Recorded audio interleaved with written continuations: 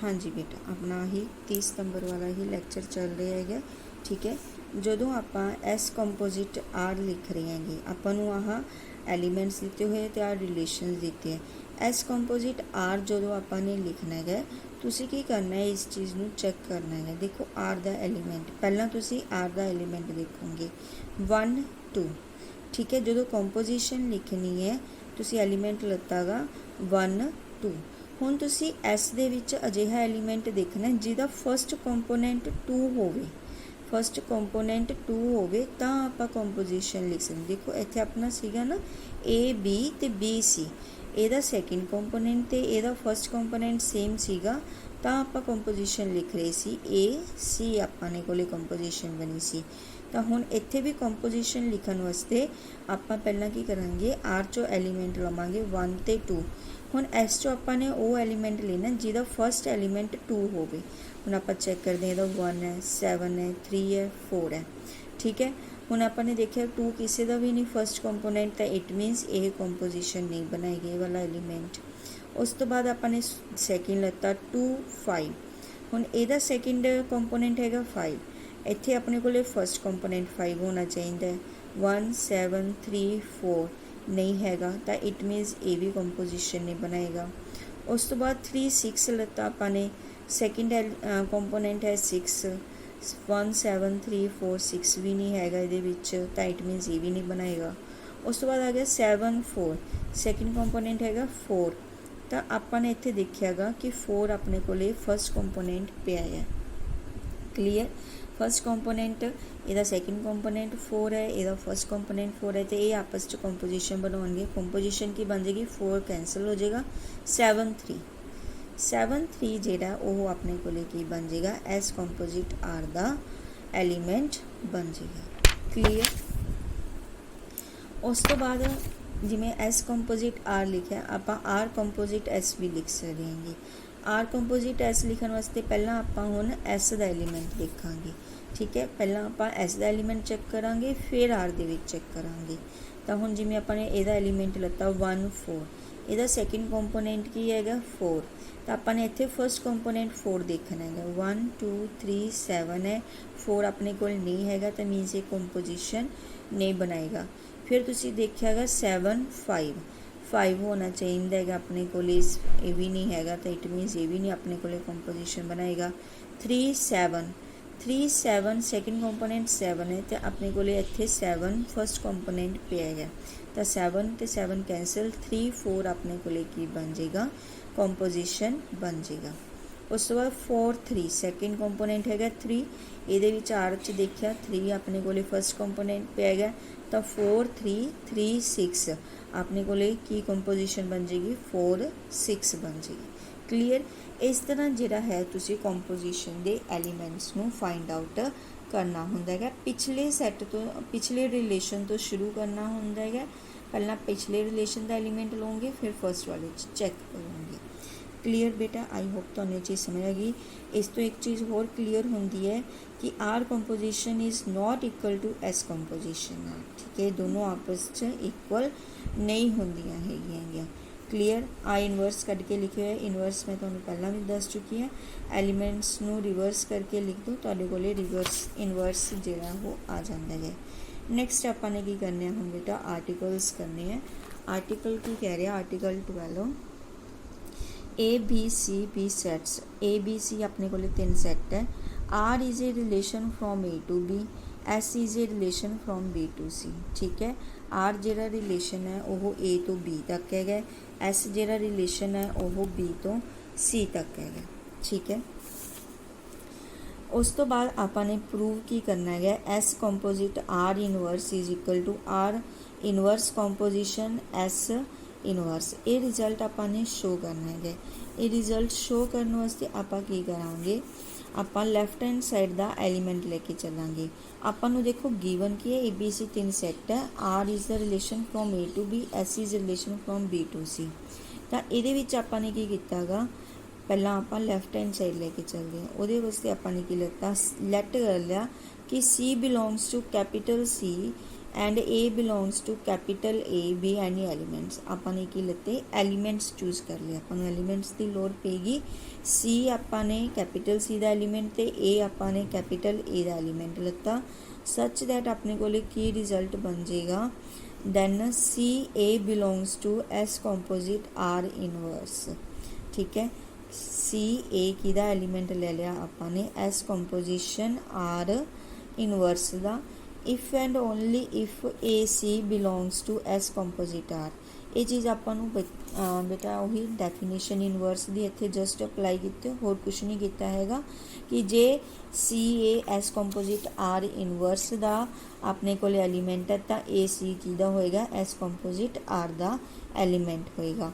हुण A C जे S composite R का एलीमेंट है तो according to definition of composition, composition की जिहड़ी डेफिनेशन है उहदे according there exist B belongs to capital B, तो बी च भी कोई ना कोई एलीमेंट होएगा B, such that A B belongs to capital R and B C belongs to capital S. ठीक है, ये जस्ट आपने की लता है डेफिनेशन के विचों चीज़ की है। जे ए सी एस कंपोजिट आर का एलीमेंट है तो उत्थे कोई ना कोई बी का एलीमेंट एग्जिस्ट करेगा कि ए बी आर का एलीमेंट बन जाए, बी सी एस का एलीमेंट बन जाए। यही डेफिनेशन इत्थे अप्लाई की है। हुण इनू आपां इनवर्स से अप्लाई कर देंगे। इनवर्स च आपां नूं पता है कंपोनेंट्स अपने रिवर्स करना होंदा है, इंटरचेंज करना होंदा है। बी ए आर इनवर्स का एलीमेंट हो गया, सी बी एस इनवर्स का एलीमेंट हो गया गा। क्लीयर, इनू अगे पीछे लिख लो, सी बी अगे लियो, C B belongs to S inverse and B A belongs to R inverse. देखो ਇਹਦਾ सैकेंड कंपोनेंट तो ਇਹਦਾ फर्स्ट कंपोनेंट सेम है, जो दोनों ये सेम है you can write the composition property है ना, कंपोजिशन आप लगा सकते हैं। Mean C A belongs to R inverse composite S inverse. ठीक है, R inverse composite S inverse, यह की हो गया गा R inverse composite S inverse का एलीमेंट अपने को R inverse composite S inverse का एलीमेंट हो गया। आपने किदा एलीमेंट लता C S composite R inverse का एलीमेंट लता सी ते are inverse composite S inverse का हो गया। तो इट मीनस ये दोनों रिजल्ट्स की है होल्ड कर देंगे। क्लीयर, उस तो बाद नैक्सट आर्टिकल दोनों रिजल्ट की है इक्वल है। आर्टिकल 13 कि ए बी सी डी, देखो हुण इहदे विच आपां नूं 4 सैट्स दिते हैं। ठीक है, इस चीज़ का ध्यान दिओ। A B C D we have 4 sets ते आर की है relation from A to B, S is a relation from B to C and T is a relation from C to D. ठीक है, देखो जो अपने को 2 रिलेशन होंदे सी, 3 सैट गिवन होंदे सी। हुण इत्थे आपां नूं 3 रिलेशन गिवन है, आर एस ते टी 3 रिलेशन गिवन है, तो सैट आपां नूं 4 गिवन है। आपने आ वाला रिजल्ट जिहड़ा है वो शो करना है। R composite S bracket composite T is equal to R composite bracket S composite T, ये आपने रिजल्ट जो शो करना है।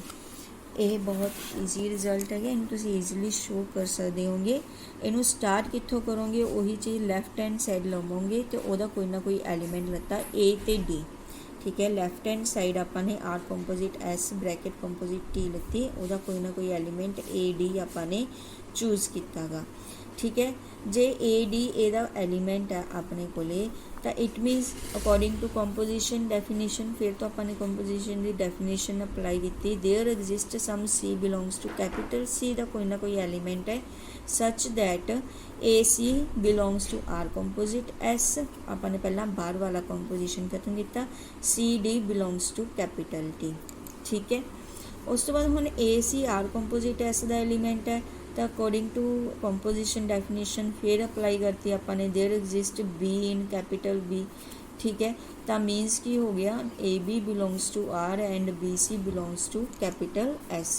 क्लीयर, हुण बी सी एस का एलीमेंट है, सी डी टी का एलीमेंट है, तो अकॉर्डिंग टू कंपोजिशन डेफिनेशन ही फिर अप्लाई करती है। सी कैंसिल हो जाएगा, बी डी की दा एलीमेंट हो जाएगा, एस कंपोजिट टी का एलीमेंट हो जाएगा।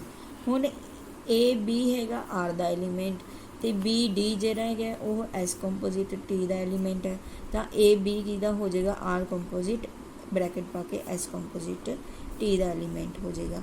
तो इट मीनस एलीमेंट आप किहदा लैके चले सीगे R composite S composite T का, चला इस च गया गा, तो इट मीनस ये की हो गया सबसैट हो गया गा, सबसैट हो गया। सिमिलरली आप सैकेंड पार्ट भी प्रूफ कर देवांगे जिहदे right hand side left hand side की सबसैट हो जाएगी।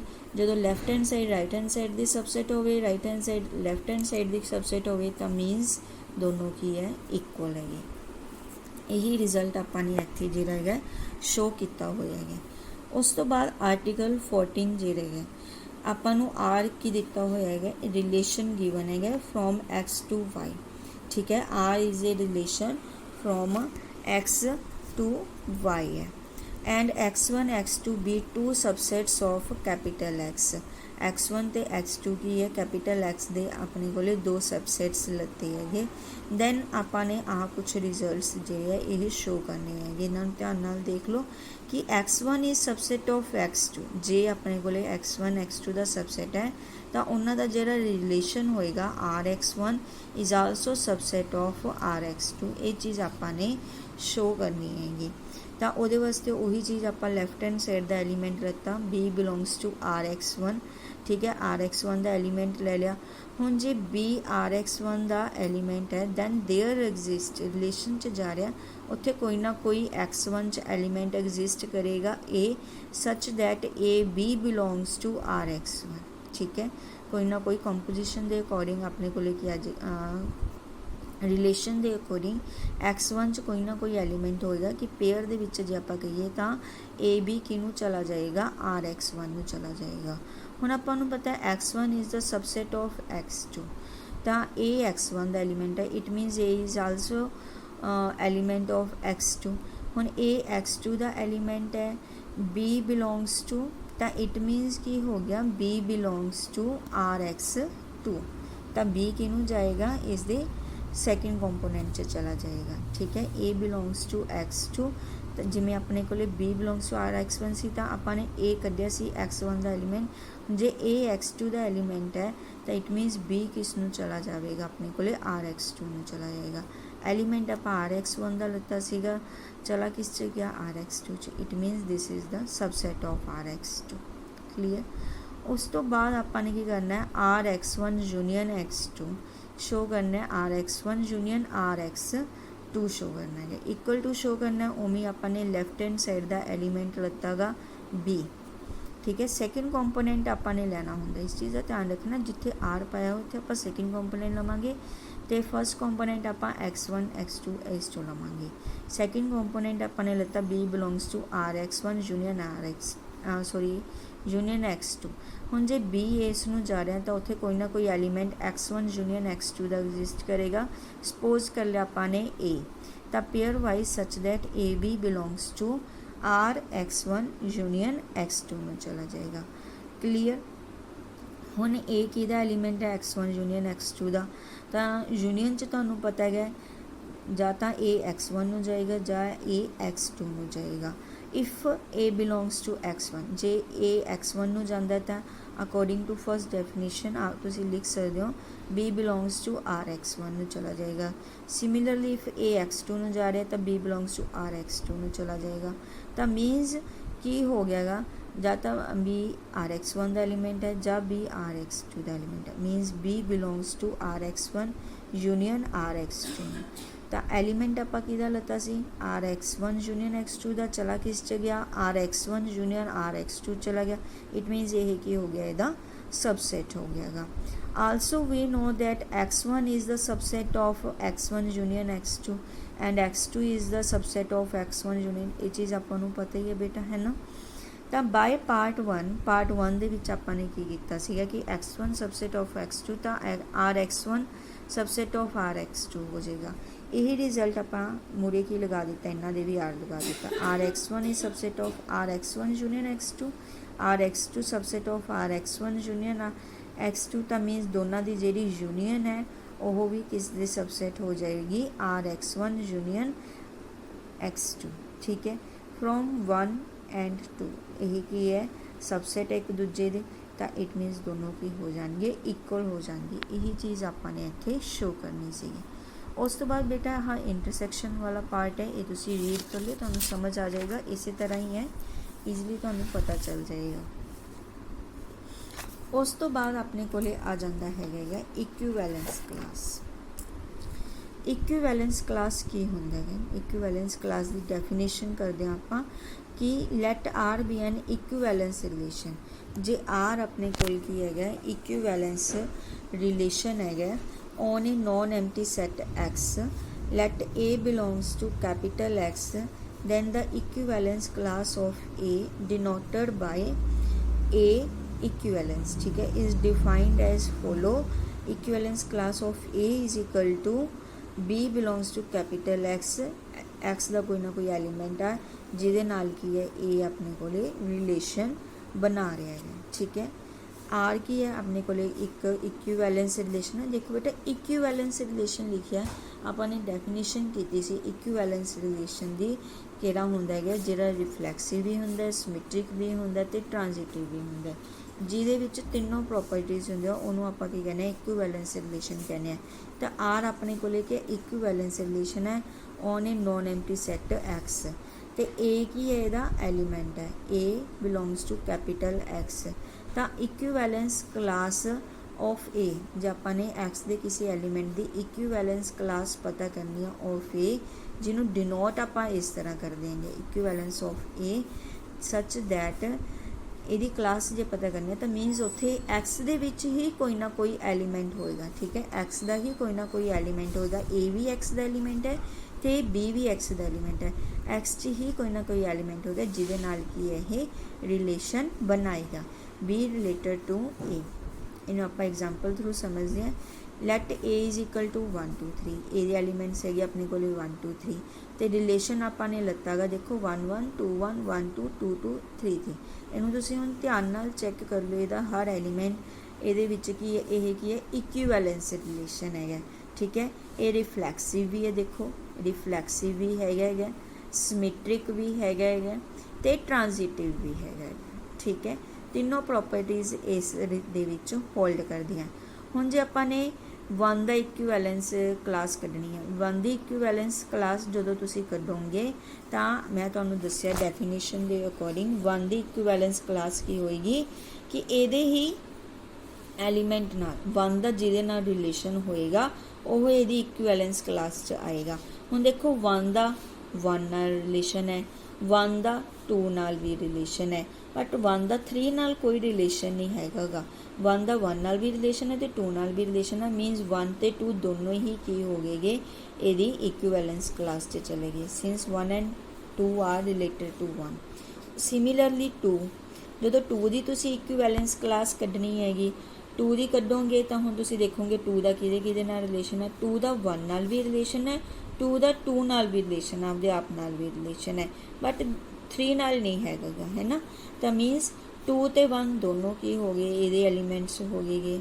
हुण जो 3 की इक्विवेलेंस क्लास कढ़ोगे तो तुसी चैक करो 3 का ना तो 1 नाल रिलेशन है ना ही 2 नाल रिलेशन है, सिर्फ अपने आप नाल रिलेशन है 3 नाल, तो 3 ये इक्विवेलेंस क्लास। गल समझ आ गई, ईजी है, मीनस जिहदे नाल रिलेशन है वही इन्हां दी क्लास च जाणगे, अदरवाइज वो दूजी क्लास चले जाएंगे, ठीक है।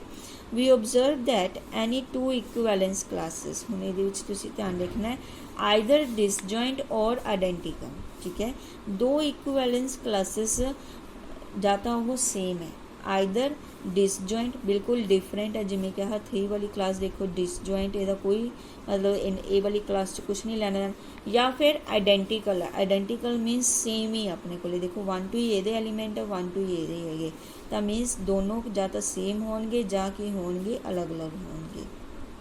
क्लीयर, मीनस होर तुसी इस की देख सकते हो कि जिमें ए तुसी देखो 1 यूनियन 3 दोनों क्लासेस नूं जे ज्वाइन कर दिए तो अपने को ए सैट पूरा बन जाएगा, तो दोनों की इंटरसैक्शन की हैगी अपने को 5 हैगी।